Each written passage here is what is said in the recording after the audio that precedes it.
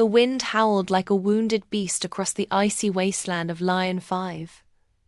This planet had once been full of life and hope, but now it was a graveyard of dreams. The air itself felt angry, biting at anything brave enough to walk on its surface. Snow fell in thick, endless waves, so heavy you couldn't see more than a few feet ahead. Under all that white blanket lay the broken pieces of what used to be a great civilization. Drake. Hale pulled his helmet tighter and squinted through his visor. The storm was getting worse, but his face showed nothing but hard determination. He'd been through storms before, much worse than this one. The old scanner in his gloved hand kept beeping, steady and sure. Each beep told him what his gut already knew. Someone was still alive out here in this frozen hell. Drake pushed forward, one heavy step at a time. His boots sank deep into snow that came up to his knees. The storm clawed at him like it was alive, like it wanted to drag him back to his ship. But Drake wasn't the type to give up. Never had been, never would be. He'd spent years exploring dead planets, walking through the bones of lost worlds. This time felt different though. The life sign his scanner picked up wasn't just a weak echo, bouncing off some old machine. This was real. This was someone calling for help. The signal was fragile but desperate, like a whisper in the dark. Who the hell could still be alive on this rock? He muttered to himself. The howling wind ate his words before they could travel far. His breath made fog inside his helmet, and his suit's heating system worked overtime to keep the deadly cold from killing him. Every step toward that signal felt like fighting the planet itself. Drake had been walking for what felt like hours when he finally reached the top of a small hill. The signal on his scanner suddenly got much stronger. He stopped, breathing hard, and looked down at the snowy valley below. At first, all he could see was white. Nothing but shifting, moving white that seemed to go on forever. Here and there, sharp black rocks poked through like broken teeth. Then he saw her. A figure lay crumpled in the snow, half buried by the storm that never seemed to stop. Drake's breath caught in his throat. He half ran, half slid down the slope, his boots slipping on the icy ground. When he reached her, he dropped to one knee, his eyes searching her body for any sign of life. She was small, definitely humanoid, but clearly not human. Her skin was a deep green color that seemed to glow faintly even though she was unconscious. It was like she had light under her skin, fighting to shine through. Ice crystals clung to her delicate face. Long, elegant fingers, pointed ears, and sharp cheekbones that made her look like something from a fairy tale. Her hair was black as the space between stars, spread out around her head like spilled ink on white paper. Drake quickly pressed 2 fingers to her neck, searching for a pulse. He found it, weak and slow, but there. Relief flooded through him like warm water, but it didn't last long. The frost covering her skin and the shallow way she was breathing told him she wouldn't survive much longer in this cold. "Hang in there," he said, his voice low but urgent. He quickly unclipped his thermal cloak and wrapped it around her small form, being careful not to hurt her. She was so light, so fragile. Her head fell against his arm, and her lips moved slightly as if she was trying to say something. Drake leaned closer, but no sound came out. He activated his communication link and spoke into the static. "Polaris, this is Hale. I found someone alive. Get the medical bay ready. I'm bringing her in now." The reply was garbled and broken. The storm was messing with his signal, turning his words into electronic noise. He gritted his teeth and shut off the comm. There was no time to wait for a clear connection. Drake carefully lifted the alien woman into his arms, surprised by how light she felt. Her skin, though cold to touch, seemed to pulse faintly with some kind of inner life. It was like some energy inside her was fighting against the frost that wanted to claim her. As he began the long walk back to his ship, the ground under his feet started to shake. Drake froze, his whole body tense. He looked down and saw cracks forming in the ice, spreading out like spider webs. The planet's core was becoming more unstable, and it was clear that this storm wasn't just bad weather. It was the result of a world that was tearing itself apart from the inside. Perfect timing, he muttered, adjusting his grip on the girl. He pushed forward, each step harder than the last. The storm got louder, and snow swirled around them in blinding sheets. He could barely see where he was going, but he kept the image of his ship in his mind like a beacon. The Polaris finally came into view through the storm. Its sleek, grey hull was partially hidden by drifts of snow, but it was the most beautiful sight Drake had ever seen. His legs burned with effort, but he didn't stop. He couldn't stop. Not when someone's life depended on him. The ship's hatch opened with a hiss as he approached, flooding the icy wasteland with warm, golden light. He stepped inside, and the sudden change in temperature made his visor fog up completely. The hatch sealed behind him with a sharp sound, shutting out the storm's fury forever. Drake exhaled hard, his breath ragged and tired. He carried the girl straight to the medical bay. The Polaris wasn't a fancy ship. It was built for getting jobs done, not for comfort. The medical bay was the same way, small but efficient, diagnostic equipment lining the walls and storage compartments. Full of emergency supplies, Drake laid the girl gently on the medical bed and unwrapped the thermal cloak to examine her more closely. Her emerald skin glowed more strongly now that she was out of the cold, like someone had turned up the brightness on a dim light. He connected a diagnostic scanner to her wrist and watched as the machine hummed to life and began its analysis. Her vital signs were weak but getting better. Hypothermia and lack of oxygen had pushed her right to the edge of death, but her body was remarkable. It was actually fighting to repair itself, even in this terrible state. Drake frowned as he noticed strange readings on the scanner. Her body seemed to give off small amounts of energy, similar to what his team had detected in the planet's core before it collapsed. "Who are you?" he muttered, brushing a strand of black hair away from her face. She stirred at his touch, her eyelids fluttering like butterfly wings. When they opened, Drake froze completely. Her eyes glowed softly, like twin stars in the darkness. She blinked slowly, her gaze unfocused but definitely alive. She tried to speak, but her voice came out as barely a whisper. Drake leaned closer, his expression becoming gentler. "Take it easy. You're safe now." Her lips moved again, forming words he couldn't understand. Her voice, though weak, was beautiful, like music that hinted at intelligence and urgency. Drake shook his head. "I don't understand. Can you try again?" She paused, her forehead creasing as she concentrated. This time she managed to speak a single haunting question. "Why did you save me?" Drake hesitated, caught off guard by how simple her words were. After a moment he shrugged.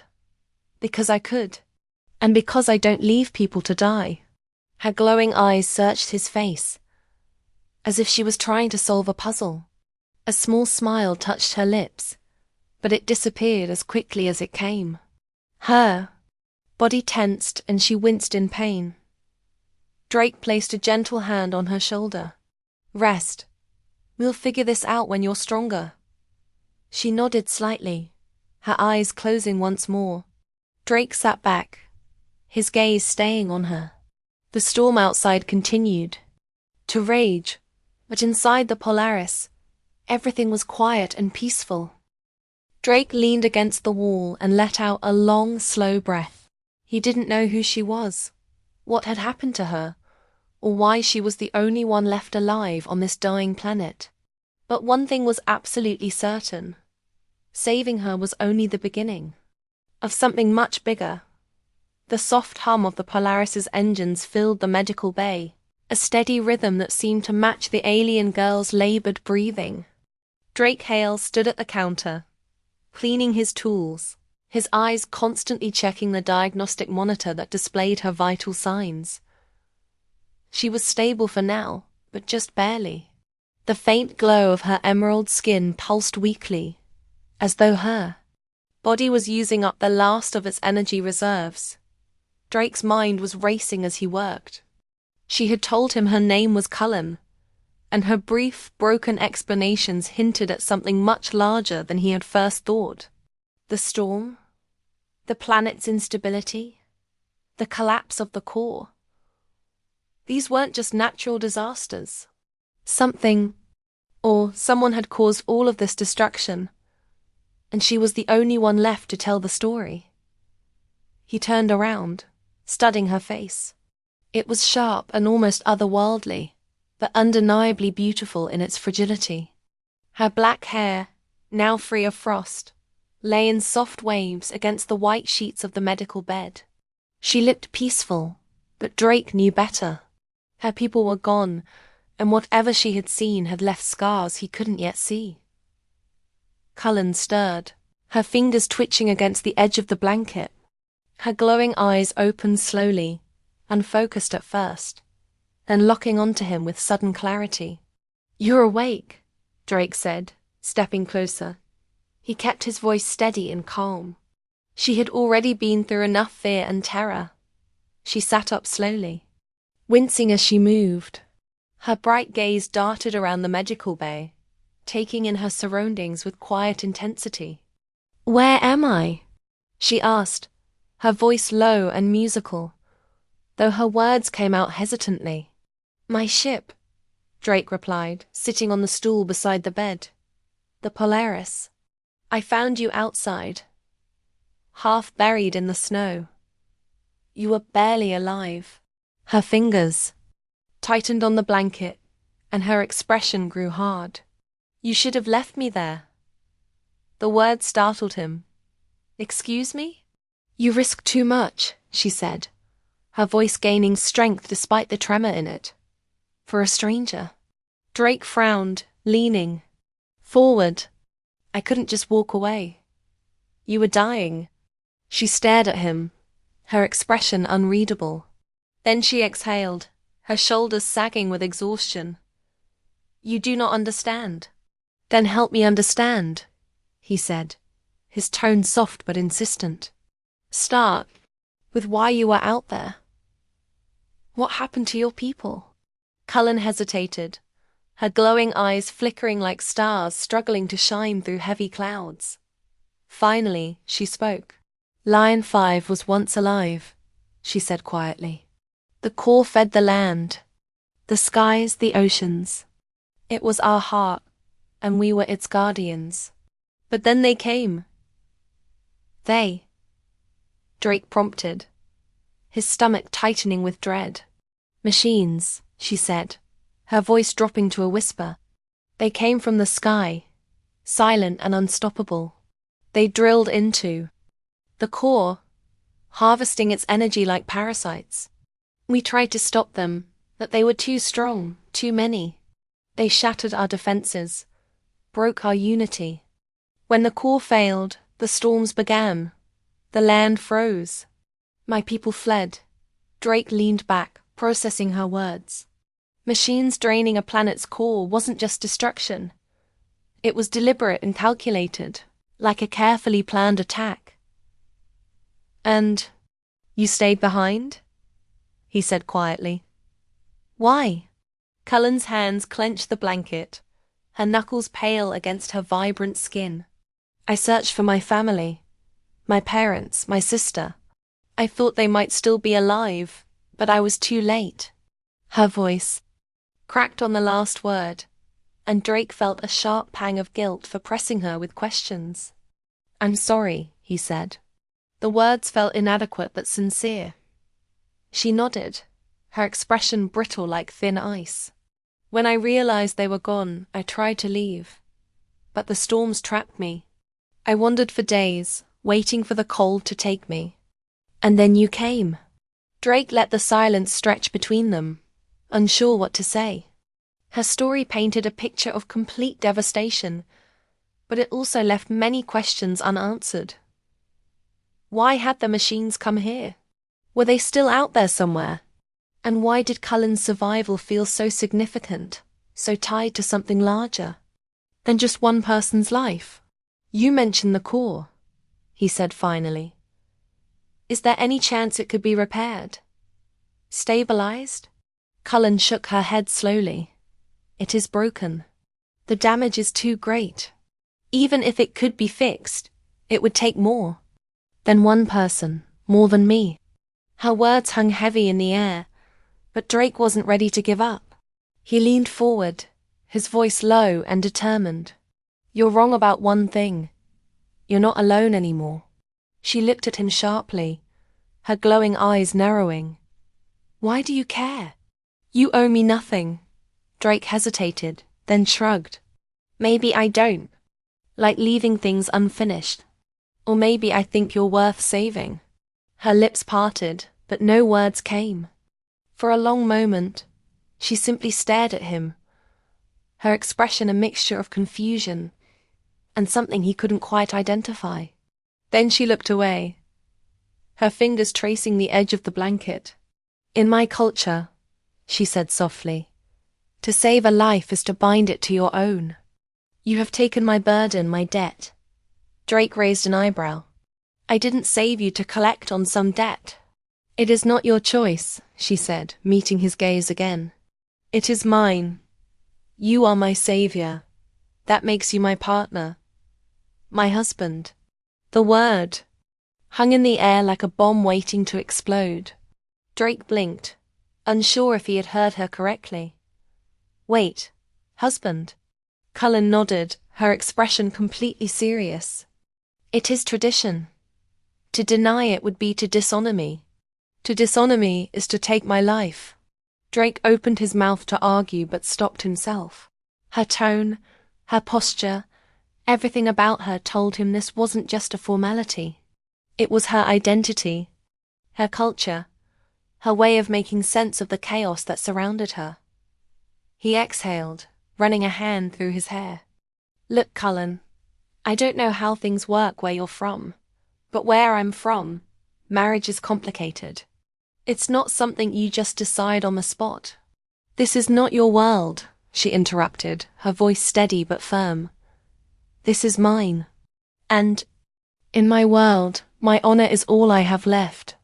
Drake stared at her, his frustration battling with something deeper, respect, perhaps, or understanding. Finally, he sighed. Okay, let's table the marriage talk for now. You need rest, and I need time to figure out what the hell we do next. Cullen inclined her head, though her expression remained guarded. As you wish. As she lay back on the medical bed, Drake rose and walked to the small viewport. Outside, the storm had finally quieted, but the landscape remained lifeless, a frozen testament to everything Cullen's people had lost. He didn't know what he had gotten himself into, but one thing was clear. Saving Cullen wasn't the end of his mission. It was just the beginning. In the silence of the medical bay, Cullen's faint glow pulsed steadily, a fragile beacon in the darkness. Drake crossed his arms, his mind racing with questions and possibilities. Somewhere out there, the machines that had destroyed her world might still be active, and Cullen might hold the key to stopping them. But first, he had to earn her trust, and figure out how to navigate the bond he'd unwittingly created.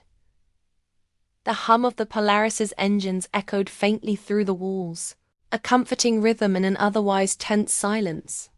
Drake Hale sat at the medical bay's edge, his gaze fixed on Cullen as she leaned against the wall. Her emerald skin caught the dim overhead light, and despite her outward calm, her glowing eyes betrayed an undercurrent of unease. It wasn't just her recovery or the desolation of her world that troubled her. Something deeper loomed between them, a weight neither had fully addressed. Drake broke the silence first. You've been quiet since we left the structure. What's on your mind? Cullen glanced at him, her expression guarded. There is much to consider. The machines, the core, you, me. Drake raised an eyebrow, leaning forward. What about me?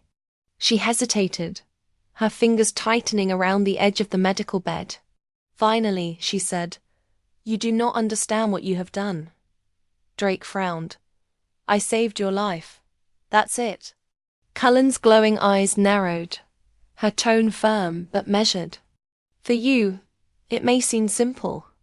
For me, it is not. Among my people, saving a life binds it to yours. You have taken my fate into your hands. Drake sighed, running a hand through his hair. They had danced around this topic before, but now there was no avoiding it. You said something about tradition. Marriage. You really believe that applies here? Cullen's posture stiffened, her luminous gaze locking onto his.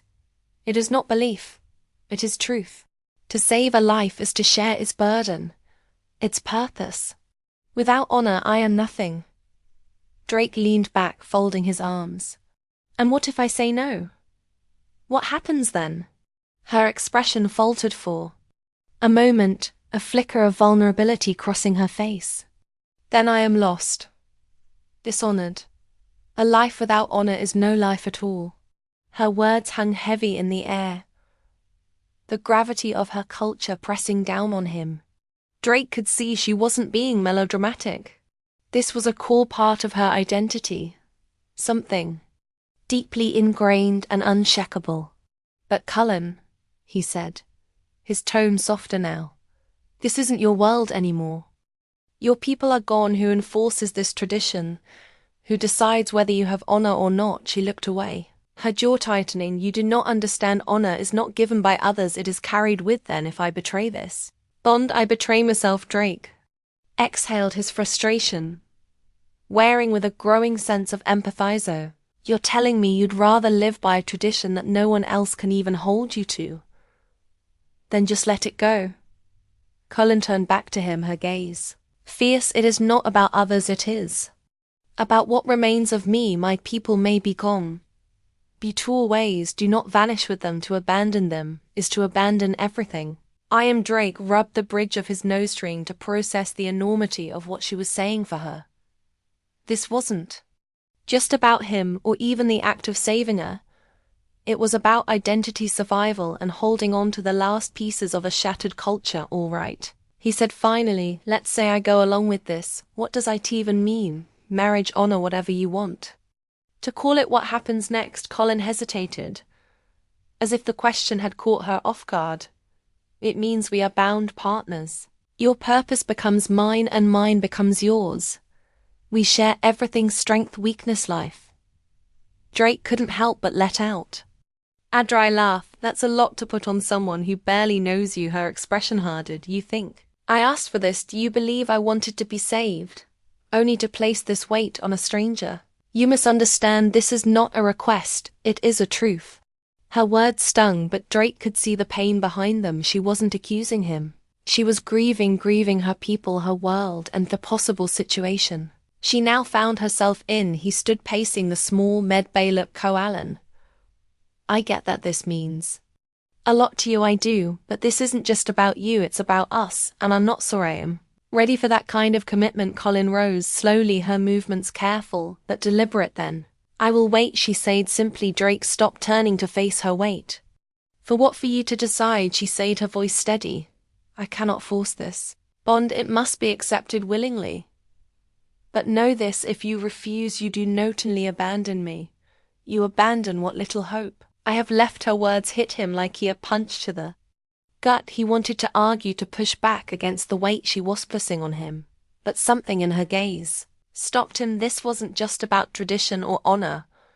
It was about survival, not physical but emotional, spiritual. She was clinging to this bond because it was the only thing keeping her from falling apart.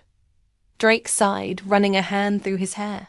Again, you don't make this easy, do you? Cullen's lips curved into a faint smile. It is not meant to be easy. Bonds worth keeping never are. Thetwo stood in silence for a moment, the hum of the Polaris filling the space between them. Finally, Drake spoke. All right, let's figure this out together. I'm not saying I understand it or even met. I agree with it, but I'll try. Cullen nodded, her expression softening. That is all I ask. Drake stepped closer, his tone gentler now. But if we're going to do this, we do it my way too, no rushing into traditions I don't understand, no expecting me to just accept everything blindly. Deal? Colin extended a hand, her glowing eyes meeting his. Deal. Drake took her hand, surprised by the warmth of her talk. In that moment the tension between them eased, replaced by something new and understanding, fragile but real. As they stood there, a faint alarm echoed through the ship, pulling their attention to the cockpit. Drake frowned, already moving toward the controls. Cullen followed, her steps lighter than before. What is it? She asked. Drake scanned the console, his expression darkening, an energy signature strong and moving. Colin's glowing eyes narrowed the machines. Drake shook his head.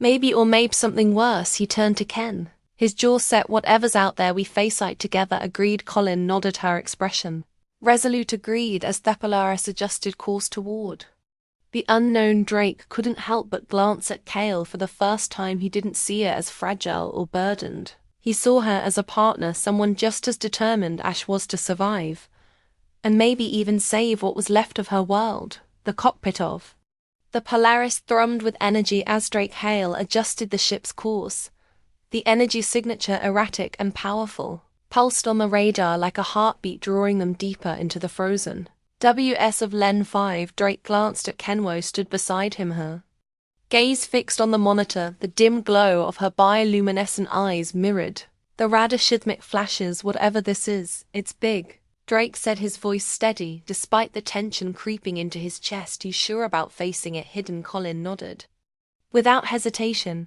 If it is what I think, we cannot ignore it. Her certainty didn't soothe him. If anything, it set his nervous on edge. He tapped the console, magnifying the map. The signature originated near a region marked as unstable, vast fields of fractured ice where entire slabs of terrain shifted unpredictably. Unstable doesn't even begin to cover it, he muttered. Cahalan glanced at him, her expression calm but resolute. The land reflects its heart, broken, restless, dangerous. That's poetic, Drake sageving. Or a sidelong look, also terrifying. Ken didn't smile. Good fear keeps you alive. Drake's lips tightened, and he redirected his focus to the task ahead. The Polaris descended toward the fractured landscape, the engines humming as the ship weaved through jagged ice towers and frozen ravines. Below them, enormous plates of ice ground against each other, sending deep guttural echoes reverberating through the air. When they landed on a relatively stable stretch of ice, Drake powered down the ship and stood, grabbing his pack. All right, let's see what we're dealing with. Cullen joined him, her movements fluid. Despite the lingering weariness in her frame, she adjusted her cloak, the emerald glow of her skin casting faint light onto the cockpit walls. We must be cautious, the land may not welcome us. Noted, Drake said, slinging pack over his shoulder. Let and hope it doesn't collapse under us either. The frozen air hit them like a slap, sharpened, unyielding. Drake's breath misted it in front of him as he adjusted his mask. Colin moved ahead of him, her steps light but deliberate, her gaze scanning the shifting expanse. The energy signature grew stronger as they approached the pulse of it, almost audible now. Drake felt it in his chest, a low vibration that resonated with the environment. He glanced at Kaitian, whose eyes glowed brighter than usual. Feel that? He asked. She nodded, her voice quiet. The core is memory, it calls. Drake frowned. What does that mean? Colin paused, turning to face him. The core is known to live, but it remembers. It resonates with what remains of my people, with method. Is why the machines came. They sought to steal what they could not understand. Drake's jaw tightened. And now it's calling us, perhaps, Cullen said, her voice tinged with unease or something worse. Before he could press her further, the ice beneath their feet groaned. They froze as a deep crack spread outward, splitting the ground with a deafening roar. Colin grabbed Drake's arm, pulling him back just as a chunk of ice broke away, plummeting into the abyss below. "Stay close," she said, her tone sharp. "Trust me." "I'm not wandering off," Drake replied, his heart pounding. They navigated the unstable terrain carefully, the energy signature growing stronger with each step. The air itself seemed to vibrate, charged with an unseen force. Finally they crested Ice and saw it, a massive structure embedded in the ice, its surface covered in the same shifting markings they had seen before. "Another one," Drake said, his voice low. Cullen's expression darkened. "No. This is different." The structure pulsed faint lights, energy bleeding into the ice around it. "Unlike the previous one, this wasn't Arwen. It was active." "What is it doing?" Drake asked, his grip tightening on his pack. Kylan stepped closer, her fingers brushing against the surface. The marking shimmered under her touch, responding to her presence. "It is feeding, drawing power from the core's remnants." Drake's stomach sank. "Feeding for what?" Ken didn't answer immediately. Her fingers traced the symbols, her expression unreadable. "It is not a creation of my people, nor of yours. It is something older." Before Drake could question her, the ground shook violently. Markings on the structure flared with light, and a low mechanical hum filled the air. Colin pulled back, her eyes wide. "It knows we are here," she said. "What does Drake demand?" The hum grew louder, and the markings began to shift, rearranging themselves into a pattern that almost resembled a face. A voice, cold and metallic, echoed around them. "Intrusion detected. Analyzing genetic signatures." Drake's blood ran cold. He grabbed Colin's arm, pulling her away from the structure. "We need to move now," the voice continued, ignoring them. "A range genetic match identified. Initiating containment protocol." Ken's eyes widened in alarm. "It recognizes me." "Yeah. And that's not good," Drake said, scanning their surroundings for an escape route. Before they could react, tendrils of energy shot out from the structure, snaking through the air toward them. Ken moved first, grabbing Drake and pulling him behind a jagged ice formation. The tendrils struck the ground where they had stood, leaving scorch marks on the frozen surface. "What the hell is this thing?" Drake shouted, his pulse racing. Colin's breath was steady despite the chaos, a remnant of the machines, an echo of their purpose. Drake peeked around the ice, watching as the tendrils writhed like living things while the echoes pissed. Cullen reached into her cloak, pulling out the shard of crystal she had taken from the first structure. Its glow intensified as she held it up, and the tendrils seemed to recoil slightly. Drake stared at her. "What are you doing? Giving us time," she said, her voice calm but resolute. She stepped out from behind Thice, holding the shard off the tendrils, paused their movements, erratic as if confused. "Colin, get back here," Drake shouted. But she didn't move. Instead, she spoke, her voice strong and steady. "You don't belong here. You took what was not yours. Leave this place." The tendril hesitated, then surged toward her. Drake didn't think, he just acted. He sprinted forward, grabbing Kin and pulling her out of the way. Just as the tendril struck the ground, they tumbled to the ice, breathless but alive. "Next time, warn me before you do something like that," Drake said, his tone sharp. "But no Tunkin." Colin nodded, her expression serious. "I thought it would listen." "Well, it didn't," Drake said, pulling her to her feet. "And now we out of options." Their ground shook again, the structure's hum reaching a deafening pitch. Drake glanced at Cannon, his jaw set. "We have to destroy it." Cullen hesitated, then nodded. "There may be a way." The sharded energy candles are up the structure, but it will not be enough. "Then we'll figure something out," Drake said, determination burning in high size together as the structure's energy surged around them.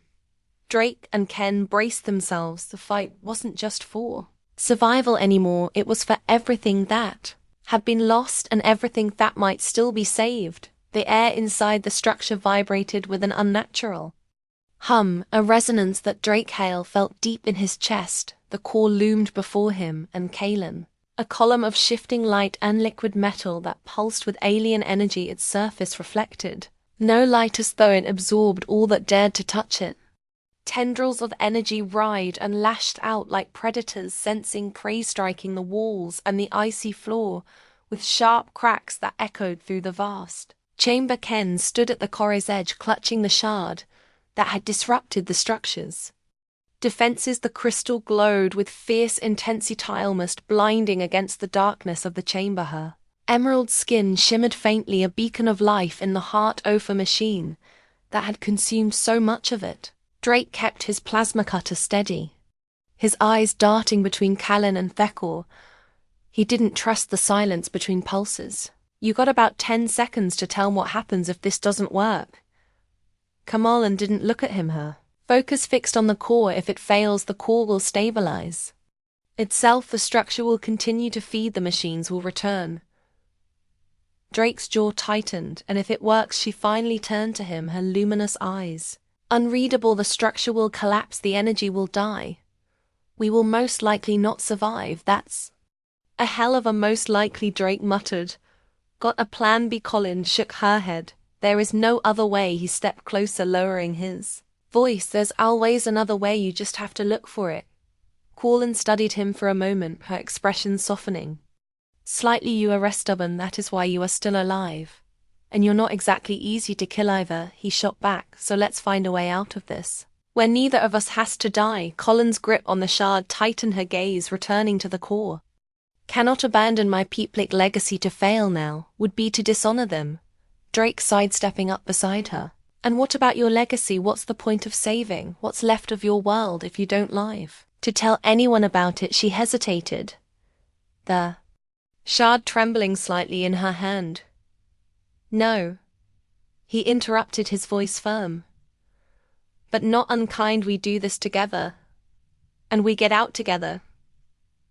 Deal. Kyan looked at him, the weight of a decision reflected in her glowing eyes. After a long moment she nodded. Deal. Drake examined the core, its chaotic surface shifting like liquid mercury, the tendrils of energy surrounding it. Simeto pulse in rhythm with its glow, retreating and advancing like waves. He ran a hand through his hair, trying to twine the static crackling in the air. All right, genius. How do we kill this thing without killing Gorsevs? Colin tilted her head, studying the tendrils. The shard disrupts its energy flow. If we strike at its center, it may destabilize completely. And by destabilize, you mean explode? Yes, she said simply. Drake exhaled. Fantastic, love that plan. Let's add one small detail. How do we not get blown to bits in the process? Colin glanced at the shard, then back at core. We need distance. If I can anchor the shard, the energy will focus in it instead of us anchor it. How? Colin didn't answer immediately. She knelt, examining the floor near the core. Her fingers brushed against the crystalline surface, and her expression changed. However, is a fissure. The shard can be placed here. Drake crouched beside her, inspecting the croken. The ground, it glowed faintly, energy leaking from within. And what happens if we don't anchor it properly? The energy will seek the closest living thing, Colin said, looking pointedly at him. Drake stood quickly, muttering under his breath, "Rightel to not screw this up." They worked quickly, the shard's light growing brighter as they approached. The core kinless, the shard into the visor, her hand steady despite the tremors beneath them. The moment the shard touched the crack, they tendrils recoiled violently, buying as though in pain. The core pulsed erratically, its light dimming and flaring in rapid succession. Is that supposed to happen? Drake asked, his voice tense. Colin Rosetto, her feet, her expression grim. It is beginning. The tendrils lashed out, wildly striking the walls and ceiling with deafening force. The chamber began to shake. Chunks of ice and metal falling around them. The core's glow intensified, bathing the room in a blinding white light. Time to go, Drake shouted, grabbing Cullen's arm. She didn't resist as he pulled her toward the exit, their steps unsteady on the trembling floor behind them. The core emitted a high-pitched whine that grew louder with each passing second. The light from the shard and the core merged, creating a vortex of energy that sucked the air from the room. The structure screamed as its foundations began to collapse. Drake and Ken stumbled through the corridors, the walls shifting and closing, and around them each step felt heavier than the last, the air thick with static and heat. Drake glanced back, his heart racing. How much time do we have? Ken's Response was barely audible over the cacophony. Not enough they burst throughout the structure's exterior just as the core detonated. The explosion was silent at first, a flash of light. That in the frozen landscape into a blinding white void. Then came the shock wave, a deafening roar that sent Drake and Ken flying across the ice. Drake hit the ground hard, the impact knocking Thuin from his lungs. He rolled onto his side, coughing and gasping for air. The world around him was chaos, chunks of the structure raining down the ground, trembling, as if the planet itself were angry. Cohen, he shouted, his voice hoarse. He spotted her a few feet away, lying motionless in the snow, ignoring the pain in his ribs. Drake crawled to her side, shaking her gently. Come on. Don't do this, wake up. Her eyes fluttered open, their glow faint, but steady. Drake, you're okay, he said, relief flooding his voice. Oh, okay. Colin tried to sit up, wincing as she moved the core. Gone, Drake said, helping her to her feet. You did it. She looked back at the smoldering crater where the structure had stood, her expression unreadable at Isover. Drake shook his head. Not yet, the machines are still out there. Ken Tenedto, him, her eyes narrowing. Then we fight until the end. Drake smiled despite he himself. You're really bad at the whole let's survive this first thing, aren't you? Colin's lips curved into a faint smile. Survival is not enough, we must protect what remains. Drake nodded, theory of their journey settling on him. The destruction of the core was a victory, but it was only the beginning. Machines would return, and the fight for what remained of Colin's world and possibly the galaxy was far from over. As two stood together in the icy wasteland, the stars above them seemed to shine a little brighter, as if bearing witness to their fragile hope. For now, they had survived, and that was enough. The Polaris drifted above Len F's fractured surface, its hull shimmering faintly in the light of the distant sun inside.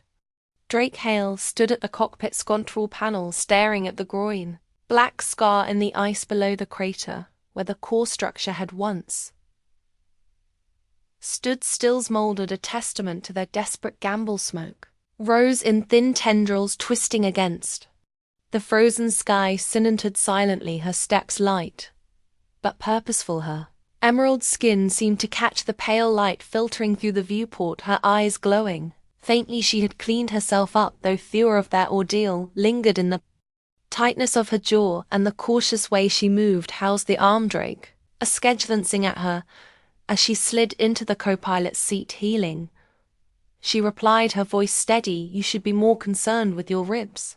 Drake smirked, tapping his chest lightly. I've had worse, and not every day you get tossed around by an exploding alien death machine.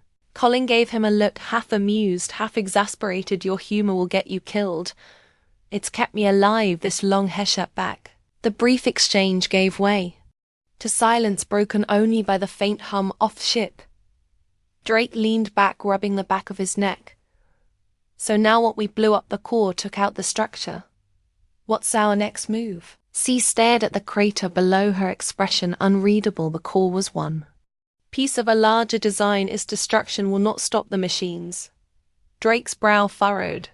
So you're saying they'll be back? Colin nodded. They are relentless. This is their nature. Drake exhaled, his frustration evident. Great, so we bought ourselves what time? Perhaps Ken said that time is not without value. Drake was about to reply when Theshep's console beeped, a shrill tone that cut through the quiet. He turned to the screen, his expression darkening. We veget something. Callan leaned closer, her glowing eyes narrowing. A signal? Yeah, Drake said, tapping a few keys to stabilize the feed. It's faint, but definitely not natural. Colin's voice tightened. The machines. Drake shook his head. Doesn't look like it. This feels different. The signal grew stronger as they listened. It was rhythmic, almost musical. A sequence of tones that didn't match any known language or pattern. Colin tilted her head, her expression shifting from caution to curiosity. It is familiar, she said softly. Drake looked at her. What do you mean familiar? Is it one of yours? No, Colin said, her voice distant, but it resonates like an echo of something I've heard before. Drake frowned, his fingers flying across the console. Let's see where it's coming from. The Polaris followed the signal across the frozen plains weaving between jaggy formations and deep chasmices. They neared its source, the landscape began to change, the ice grew thinner, revealing patches of exposed rock and strange, crystalline growths that seemed to pulse. Faintly in time with the signal, "This doesn't feel right," Drake muttered, his grip tightening on the controls. Cullen leaned forward, her eyes scanning the terrain. "The land is waking, what does that mean?" Drake asked, his voice edged with unease. "It means we are close to something ancient." She said, her tone reverent, the ship's proximity alarm pinged and Drake slowed their descent. Below them, a structure emerged from the ice, a sprawling, dome-like formation that glowed faintly with the same energy as the core they had destroyed. Unlike the previous structure, this one appeared intact, its surface unmarred by time or violence. "Tell me that's one of yours," Drake said, his voice low. Kian shook her head. "It is older than my people," Drake exhaled sharply. "Of course it is. The air outside was sharp and biting, carrying an electric charge that set Drake's nerves on edge." He and Ken approached the dome cautiously, their steps crunching against the thin layer of frost. The signal grew louder as they neared, its rhythm resonating in their chests. Colin reached out, her fingers brushing the surface of the dome. The markings etched into it flared, briefly responding to her touch. She pulled her hand back, her expression thoughtful. "It recognizes me," she said, "like the core." Did Drake ask? "No," she said, her voice quieter. "This feels welcoming." Drake glanced at the dome warily. "Well, that makes one of us before they could decide their next move." A seam appeared in the dome's surface, and a section slid open with a hiss. Light spilled out, warm and golden, bathing the icy landscape in otherworldly glow. Drake raised his plasma cutter instinctively. "That's not creepy at all." Colin stepped forward, her movement calm but deliberate. "It is an invitation." Drake hesitated, glancing between her and the open door. "And you're just going to walk in?" She turned to him, her gaze steady. "Would you prefer we wait for the machines to find us?" Drake muttered a curse under his breath and followed her inside. The interior of the dome was unlike anything Drake had seen. The walls shimmered with patterns of light that shifted and flowed like water. The air was warm, almost soothing, carrying a faint hum that seemed to match the rhythm of their breathing. Cullen moved ahead, her steps slow but purposeful. "This place, it is alive." Drake frowned. "Alive? How? It is not like the machines," she said. "It does not consume, it remembers." The walls pulsed as she spoke, as if responding to her words. They reached the center of the dome, where a raised platform stood surrounded by columns of light at top. The platform rested, a crystalline sphere, its surface swirling with energy. Conan approached it cautiously, her glowing eyes fixed on the sphere. "This is what called us." Drake stayed back, his instinct screaming caution. "And what happens if you touch it?" Cullen glanced at him, a faint smile tugging at her lips. "We find out." Before he could protest, she placed her hands on the sphere. Light erupted from it, enveloping her in a cocoon of energy. Drake shielded his eyes, his heart pounding. "Colin," he shouted. The light faded and Halen stood still, her hands resting on the sphere. When she turned to him, her expression was one of awe and sorrow. "What happened?" Drake demanded, stepping closer. "It spoke to me," she said, her voice softened. "Showed me everything." Drake frowned. "Everything?" Like what? Ken's gaze met his, her eyes glowing brighter than ever. "The machines, their purpose, their creators, it is all connected." Drake's breath caught. "Connected? How?" Sin stepped down from the platform, her movements deliberate. "The machines are not mindless. They were sent to prepare, to consume and rebuild. But the creators, they are coming." Drake stared at her, the weight of her words sinking in. "Coming here." Colin nodded. "And they will not stop." Drake exhaled, his mind racing. "So what do we do?" Cullen placed a hand on his shoulder, her expression fierce. "We fight together." Drake looked at her, the fear in his chest tempered by her resolve. He nodded. "Then we better get ready." As they left dome, the signal faded, replaced by a silence that was far from comforting. The stars above seemed closer now, a reminder of just how vast and dangerous the universe truly was. But for the first time, Drake felt a spark of hope. They had a chance, and sometimes that was enough.